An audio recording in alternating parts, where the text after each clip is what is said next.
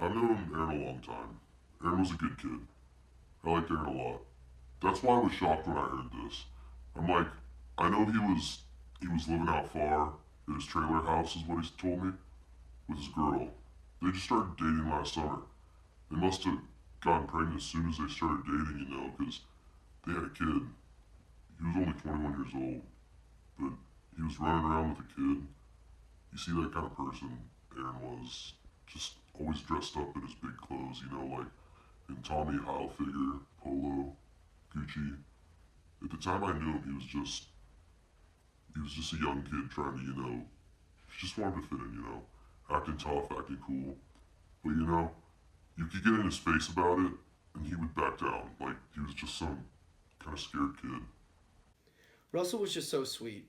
He was the one who was the Eagle Scout. I mean, his whole presence was just quiet and sweet. And I mean, of course, it doesn't make sense to me. And I know people snap and whatever. And I know it wasn't an intimate relationship. But I was just his landlord. I did work with him with the Chuck Wagon too. I remember like at the Christmas party at the Chuck Wagon. I just saw him and he was just totally drunk out of his mind. Like we were all pretty much just party time, and he wasn't belligerent. He didn't change. His personality didn't change. He was still the same little meek Russell. I remember him coming up to me and saying, "When you get a chance, Sherry, can I have a dance?" Which we never did get around to doing that, but now I just want to shake him. What were you thinking? Like, what in the hell were you thinking? The fence. I've been out there 4 times. I've taken visitors. That place has become a pilgrimage site. Clearly, that's a very powerful personal experience to go out there. It is so stark and so empty, and you can't help but think of Matthew out there for 18 hours in nearly freezing temperatures, with that view up there isolated, and the God, my God, why have you forsaken me comes to mind.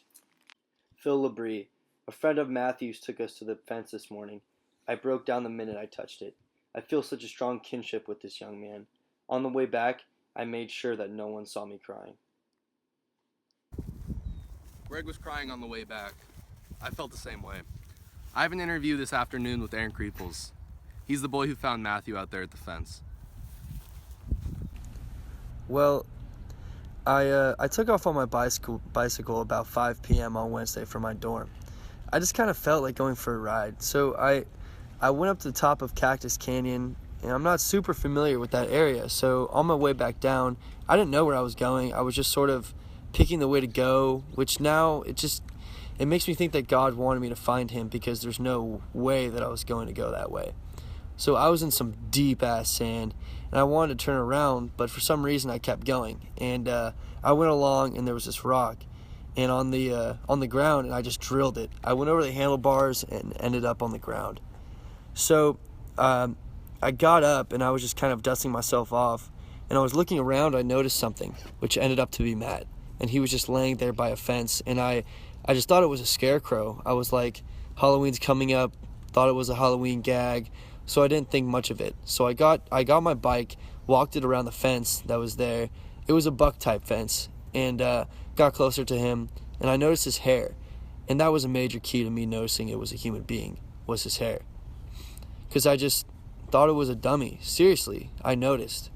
I even noticed the chest going up and down. I still thought it was a dummy. I thought it was just like some kind of mechanism. But when I saw the hair, well, I knew it was a human being. I responded to the call. When I got there, at first the only thing I could see was partially somebody's feet, and I got out of my vehicle and raced over. I seen what appeared to be a young man, 13, 14 years old, because he was so tiny laying on his back, and he was tied to the bottom end of a pole. I did the best I could. The gentleman that was laying on the ground, Matthew Shepard, he was covered in dry blood all over his head. There was dry blood underneath him, and he was barely breathing. He was doing the best he could. I was going to breathe for him. I couldn't get his mouth open. His mouth wouldn't open for me.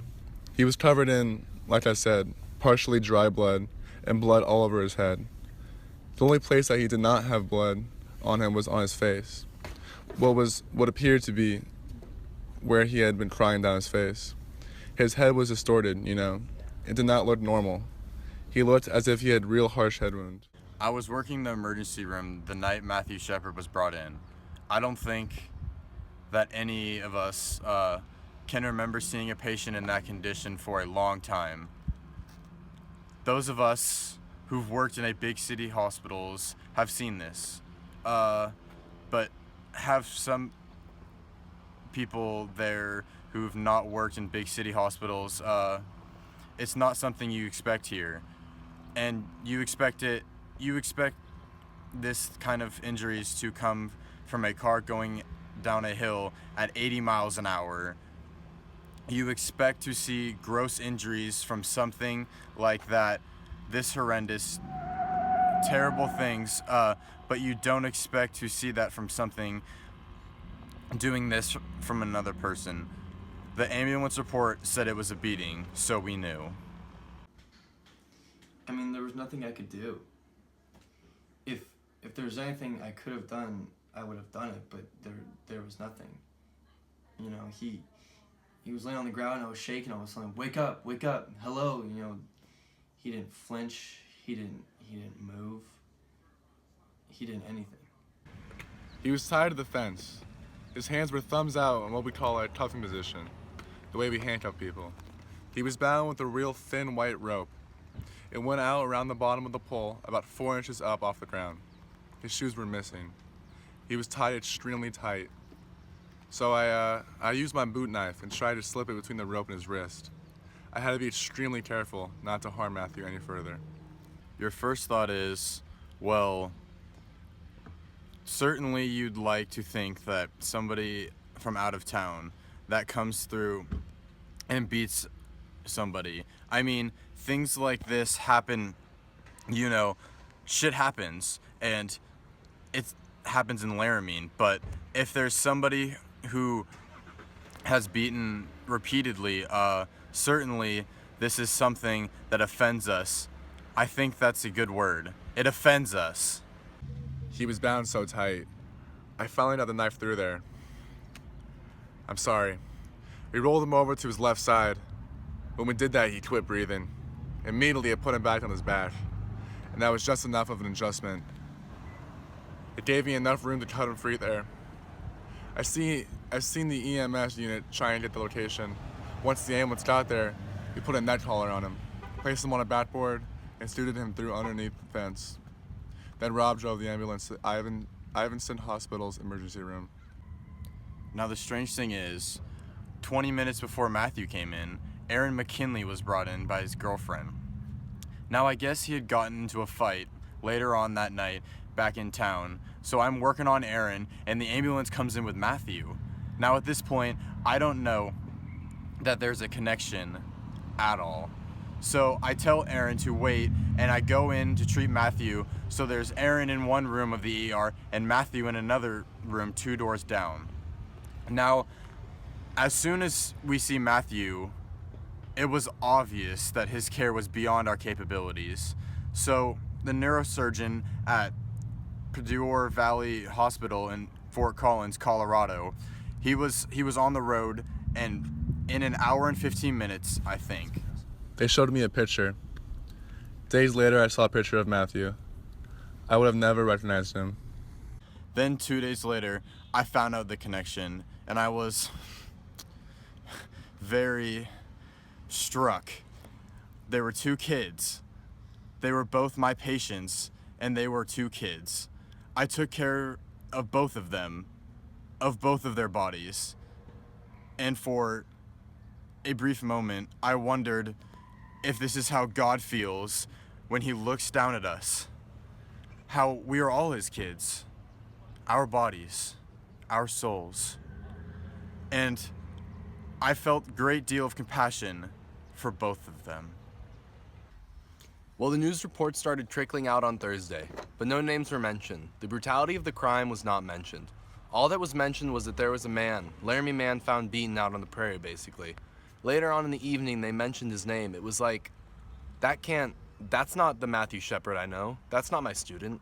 That's not this person who I've been meeting with. I was in the coffee shop, and someone pulled me aside and said, I don't know how much, but they said that there's been a young man who's been beaten in Laramie, and they said his name is Matthew Shepard. And he said, do you think this could be our Matthew? And I said, well, yeah, it sounds like it could be our Matthew. So I called up my sister Trish and said, Tell me what you know.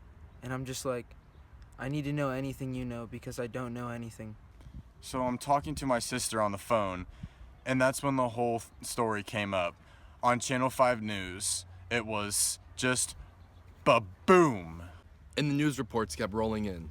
Young University of Wyoming student. His age, his description, it's like, oh my God. And I felt sick to my stomach. It's just instantly sick to my stomach. And I had to tell Romaine, yes, it was Matthew. It was your friend. Well, I'll tell you. I'll tell you what's overwhelming. Friday morning, I first found out about it. I go to class, walked out, boom! There it is, in the branding iron.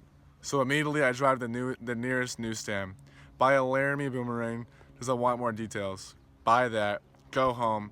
Before I can even open the paper, my boss calls me and says, Did you hear about what happened? yeah. Was he in the bar Tuesday night? Yeah, he was. You've got to get down to the bar right now. We've got to talk about this. We've got to discuss what's going on. By this time, I was starting to get upset, but still, the severity wasn't out yet. I got a call. We just got a kid in, helicoptered in from Wyoming, and it looks like he may be a victim of a hate crime. We have a couple of news reporters here asking questions, and so we agreed that we need a spokesperson. As CEO, I'll do that, and we'll gather all the information we can. And then I watched the 10 o'clock news that night, where they started speaking about the nature and the seriousness of it. So I'm on the phone with Middleton, and he's like, We need to go to the arraignment so we can identify these guys and make sure these guys were in the bar. so we go to the arraignment. Our focus today turns to Laramie, Wyoming, and the Albany courthouse, where Aaron James McKinney and Russell Arthur Henderson are being charged with the brutal beating of Matthew Shepard, a gay University of Wyoming student. Right around lunchtime, and I said, I'm just going. I just took off. So I walked a few blocks and I went. Has anyone told you about the arraignment? There were probably about 100 people from town, and probably as many news media by that point. A lot more of the details had come out.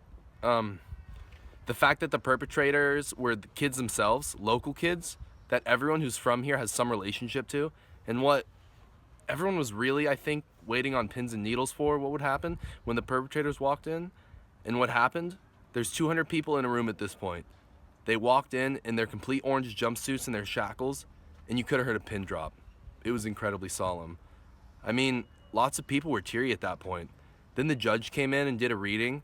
There was a reading of the evidence that the prosecution has, and it's a statement of facts, and the reading of the facts was...